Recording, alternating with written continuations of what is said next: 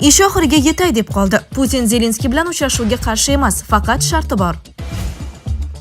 Xitoyda kutilmagan holatlar yuz bermoqda. Si Szinpin o'z generallariga ishonmay qo'ydi. AQSh har safar xato qilmoqda. Aroqchi. Dunyoning eng qudratli ikki kishisi yana uchrashish arafasida. Kutilmalar qanday? Olimlar shokda. Isroilda kutilmagan dahshatli virus aniqlandi. Mutlaqo qabul qilib bo'lmaydi. Tramp Eron taklifini qoraladi. Dunyo siyosatini biz bilan faol kuzatib borayotgan tomoshabinlarga assalomu alaykum. Videoga like bosing va fikringizni kommentariyada yozib qoldiring. Sedanachi kompaniyasidan erkaklar uchun maxsus mahsulot. Prostamix erkaklar salomatligi uchun tabiiy yechim. Agar sizni prostata shamollashi, ichki diskomfort yoki turli noqulayliklar bezovta qilsa, unda Prostamix aynan siz uchun. Prostamix prostata faoliyatini qo'llab-quvvatlaydi va jinsiy zaiflik kabi muammolardan butunlay qutulishga yordam beradi. Eng muhimi, natijasini birinchi haftadayoq sezasiz. Batafsil ma'lumot olish uchun 55lik kodi bilan 503 2200 raqamlariga sim qoqing. Ish oxiriga yetay deb qoldi. Putin Zelenskiy bilan uchrashuvga qarshi emas, faqat sharti bor. Rossiya prezidenti Vladimir Putin Ukraina masalasini hal qilish bo'yicha yakuniy kelishuvga erishilganidan keyin Zelenskiy bilan uchrashuv o'tkazishga qarshi emas. U 9-may kuni o'tkazilgan g'alaba paradi yakunlanganidan bir necha soat o'tib jurnalistlar qarshisiga chiqdi va savollarga javob qaytardi. Putin Zelenskiy o'zi bilan shaxsan uchrashmoqchi bo'layotgani, Rossiya hech qachon bundan bosh tortmasligi, kim istasa Moskvaga kelishi mumkinligini aytgan. Shu bilan birga 3-mamlakatda uchrashishga qarshi emasligi, ammo bu muzokaralar o'tkazish uchun emas, balki bitim imzolash uchun bo'lishi kerakligini qayd etgan. Bu uchrashuv yakuniy nuqta bo'lishi lozim, chunki biz muzokaralar nimaligini bilamiz. Men buni shaxsan Minskdagi muzokaralardan bilib olganman. Soatlab, kechasi-yu kunduzi tinimsiz gaplashasan, lekin foydasi bo'lmaydi degan Rossiya prezidenti. Putin avval mutaxassislar har ikki tomon uchun tushunarli bo'lgan hujjatlarni kelishish uchun ishlashi, hamma narsani qilishi kerakligini qayd etgan. Bu holatda istalgan joyda uchrashib, imzo qo'yish yoki imzolashda ishtirok etish mumkin deya xulosa qildi. Brifing chog'ida Putin Ukraina mojarosi yakuniga qarab ketayotgani haqida gapirgan. Putin Rossiya ukrainlar bilan 2022-yilda Istanbulda kelishuvga erishgan, biroq shundan so'ng Fransiya prezidenti Makron unga qo'ng'iroq qilib, Ukraina bunday tarixiy hujjatlarni chakkasiga to'pponcha tiralgan holda imzolay olmasligini aytganini eslagan. U kelishuvga ko'ra Rossiya o'z qo'shinlarini Kiyevdan olib chiqib ketish kerak bo'lgani va Moskva bunga rozi bo'lgani. Keyin esa Buyuk Britaniyaning o'sha vaqtdagi bosh vaziri Jonson Rossiya bilan bu kelishuv imzolab bo'lmasligi, chunki bu adolatsiz kelishuv ekanini aytganini ta'kidlagan. Xitoyda kutilmagan holatlar yuz bermoqda. Si Szinpin o'z generallariga ishonmay qo'ydi. Xitoy raisi Si Szinpin o'zi tayinlagan generallarga nisbatan ishonchini yo'qotdi deb yozmoqda New York Times tahlilchilariga tayanib. Gazetaning qayd etishicha, harbiylarning bo'shatilishi Xitoy armiyasi modernizatsiyasini xavf ostiga qo'yadi. Szinpinning boshqaruvi izchil ravishda yakuniy bosqichga kirmoqda. Bu bosqichda uning siyosiy hisob-kitoblari o'zgarmoqda va u borgan sari atrofidagi a'zolardan xavotirlanmoqda, dedi Tayvandagi Chengchi Milliy universiteti professori Chan Wenkou. NET nashrining yozishicha, yangi kompaniyalar kadrlar almashinuvi bilan cheklanib qolmayapti. Xitoyda mafkuraviy tuzalish va inqilobiy tarbiyalash dasturi ishga tushgan. Bundan maqsad ofitserlarning kompartiya va rais Siga sadoqatini mustahkamlashdir. Qayd etilishicha, Si armiyani modernizatsiya qilish uchun o'zi tanlagan qo'mondonlar bundan buyon ishonchga munosib emas degan xulosaga kelgan. Ishonchsizlikning sabablaridan biri korrupsiya.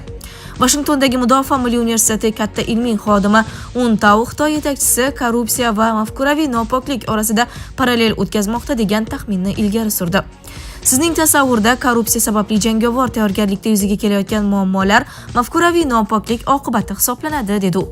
Shu yil fevralida New York Times AQSh razvedkasiga tayanib, oxirgi yillarda Si Szinpinda vasvasa alomatlari kuzatilayotganini yozgandi. Gazeta manbalari Xitoy armiyasi oliy qo'mondonligidagi tozalashlarni shu bilan izohlagan. Mamlakatda 2023-yildan beri yuqori martabali admiral va generallar soni 30 nafardan 7 nafargacha kamaydi. Markaziy harbiy kengash raisi o'rinbosari Chan Yusanning hibsga olinishi tozalovning oxirgi epizodi bo'ldi. The Wall Street Journal o'z manbalariga tayanib, u jumladan Xitoy yadroviy quroli haqidagi muhim texnik ma'lumotlarni AQShga berganlikda gumon qilinganini yozdi. Sinxua agentligi esa intizom va qonun jiddiy tarzda buzilgani bo'yicha surishtiruv boshlaganini ma'lum qildi. AQSh har safar xato qilmoqda. Aroqchi. Eron tashqi ishlar vaziri Abbos Aroqchi AQShni diplomatik yechim muhokama qilinayotgan pallada har safar ehtiyotsizlik bilan harbiy sarguzashtga qo'l urayotganlikda aybladi. Bu haqda u X ijtimoiy tarmoqdagi sahifasida yozgan. Aroqchi eronliklar hech qachon bosimga bo'ysunmasligini yozgan. Bu bayonot Hormuz bo'g'ozida yuz bergan hujumlar uchun tomonlar bir-birini ayblaganidan bir kun o'tib yangradi. To'qnashuvlarga qaramay Donald Trump o't ochishni to'xtatish rejimi saqlanayotganini aytdi. Bu rejim fevralda AQSh va Isroil boshlagan urushni to'xtatish bo'yicha muzokaralar o'tkazish uchun joriy etilgan. AQSh davlat kotibi Rubioning ma'lum qilishicha, Eron 8-may kuni Washington takliflariga javob berishi kutilmoqda.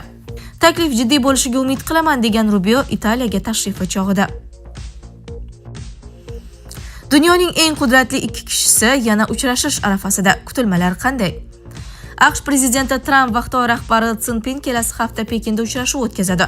Bu sammit dunyoning ikki yirik qudrati o'rtasidagi raqobatning keyingi bosqichini belgilab beradigan o'ta muhim muzokaralar sifatida ko'rilmoqda. 14-may kuni boshlanadigan 2 kunlik sammitda Tramp va Si Erondagi urush, savdo, Tayvan va boshqa ziddiyatli masalalarni muhokama qilishi kutilmoqda.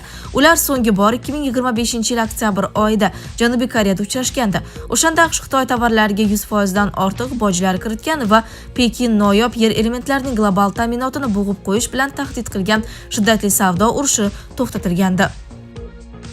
Muzokaralar kun tartibida nimalar bor? Tramp va Si eng avvalo savdo masalalarini, jumladan bir-birining mamlakatlariga ehtimoliy sarmoyalarni muhokama qilishlari kutilmoqda. Washington tahlilchilari 5 tabiiy deb ataydigan masalalarga urg'u bermoqda. Ular quyidagilar: Xitoy tomoni Boeing samolyotlari, AQSh mol go'shtini, AQShning soya lovyalarini sotib olishi, investitsiya kengayishi, savdo kengayishini tashkil etish kiradi. Ushbu ikki tuzilma Qo'shma Shtatlar va Xitoy o'rtasida milliy xavfsizlik borasida xavotir uyg'otmaydigan iqtisodiy almashinuv yo'nalishlarini belgilab berishni nazarda tutadi. Nashrning yozishicha, Tramp do'stim deb atadigan Si bilan munosabatlari haqida odatda maqtanib keladi. U Qo'shma Shtatlarda Xitoy sarmoyasi ko'payishini e'lon qilishga ishtiyoqmand. Xuddi o'tgan yilgi boy arab davlatlaridan trillionlab dollarlik va'da olib kelganidek. Biroq ikki tomon yirik iqtisodiy kelishuvga erishishi yoki chuqur kelishmovchiliklarni hal etishi borasida kutilmalar yuqori emas. Sarmoyalar bo'yicha qator kamtarona kelishuvlar va o'tgan yilgi vaqtinchalik savdo sulhining uzaytirilishi eng ehtimoliy natija hisoblanadi. Ushbu uchrashuv yanada ko'proq muloqotlar uchun boshlang'ich nuqta bo'lib xizmat qilishini aytdi. Amerikalik rasmiylarning ta'kidlashicha, ikki yetakchi bu yil jami 4 marta uchrashishi mumkin. Strategik va xalqaro tadqiqotlar markazining China Power loyihasi direktori Bonnie Lining so'zlariga ko'ra, Xitoyning ichida hamon Qo'shma Shtatlarga nisbatan chuqur shubha hissi mavjud. Shu bois ushbu sammit har ikki tomon uchun raqobat davom etayotgan bir paytda boshqa mamlakatga qaramlikni kamaytirish uchun vaqt yutish usuli hamdir. Olimlar shokda. Isroilda kutilmagan dahshatli virus aniqlandi. Isroilda hantavirus bilan bog'liq ilk holat rasman qayd etildi. Bu haqda Jerusalem Post xabar berdi.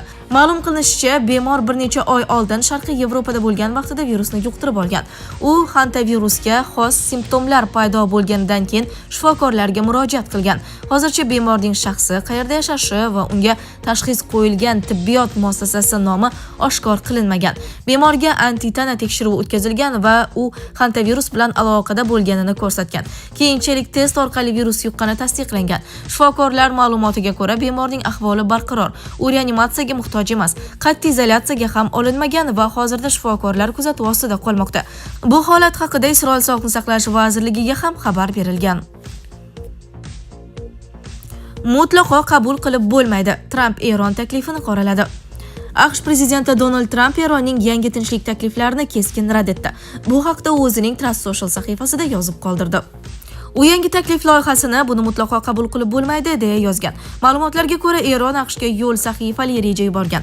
Hujjat Pokiston orqali yetkazilgan. The Wall Street Journal'ning yozishicha, Tehron yadroviy dastur bo'yicha 1 oylik muzokaralarni boshlashni, Hormuz bo'g'ozini bosqichma-bosqich ochishni va yuqori boyitilgan uran zaxiralarining bir qismini 3-davlatga berishni taklif qilgan.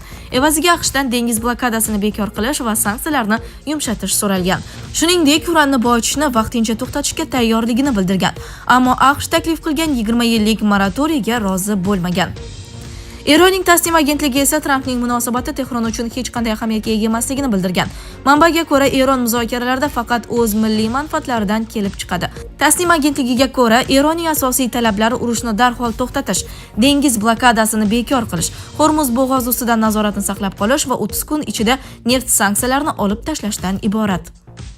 Sizlarga yetkazmoqchi bo'lganlarimiz shulardan iborat edi. Dunyo yangiliklaridan uzoqlashmang.